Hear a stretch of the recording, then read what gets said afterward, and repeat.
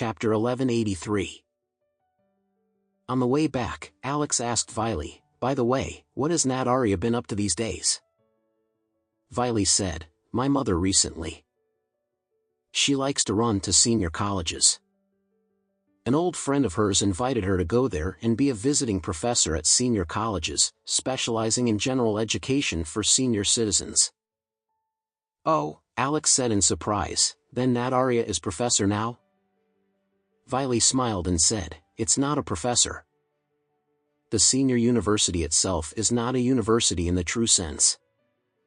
It is just an interest training class for the elderly. Although my mother teaches there, she is also a student there. Learning calligraphy and traditional Japanese painting from others, I am very busy every day." After that, Viley asked curiously, "What has Uncle Richard been up to lately?" "My mother often talks about him, but she always seems to stop talking." Alex felt that Viley was not an outsider, so he sighed and said to him, "When you and Nat Arya just came back, my mother-in-law disappeared during that time, but she is back now."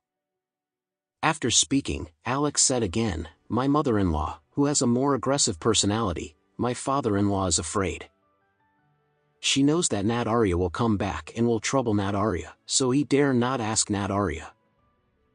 Viley nodded lightly, and said with emotion, "It is really hard for us to intervene in matters of our parents' generation." At this time, Alex's phone rang suddenly, and it turned out to be Faria, who hadn't seen her for many days. He answered the phone and smiled and asked, "Miss Adair, what are you up to lately?" Faria smiled and said, "I'm just free. I'm sure you are not busy, Master Anderson." After speaking, she asked curiously, "Master Anderson, do you have time for the night after tomorrow?" Alex thought for a while and said, "It seems there is nothing planned. What's wrong?" Faria smiled and said, "It's nothing. I just want to invite you to have a meal at home, just because Grandpa kept talking about you." Alex smiled and said, "Okay. Then I'll go to the house the night after tomorrow and talk." Faria said happily, "Great, Master Anderson, is it okay at 9 p.m. the next day?" "Perfect. See you then."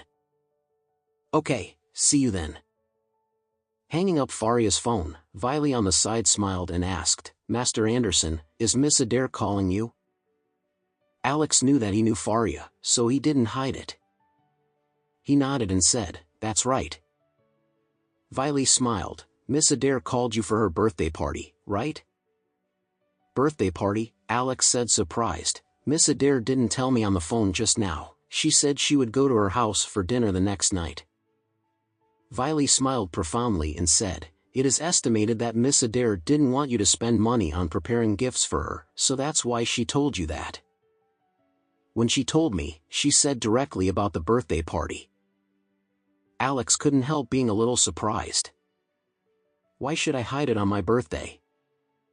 It won't look pretty even when it comes to the past empty-handed." "Is it really like Viley said? Do you want to spend money?" Alex thought for a while and thought it was really possible. Faria always felt that she owed her favor because she had helped her break through the trap dragon formation before and confiscated the money. When he made medicine for her grandfather and Dr. Billy, he quietly gave her a pill. After practicing the rejuvenation pill, she gave it to her grandfather so that her grandfather was at least a dozen or 20 years younger, and it was entirely in her face. It was also the one who gave him the rejuvenation pill to Lord Adair, which made him treat Faria very seriously, so Faria's position in the Adair family is getting higher and higher.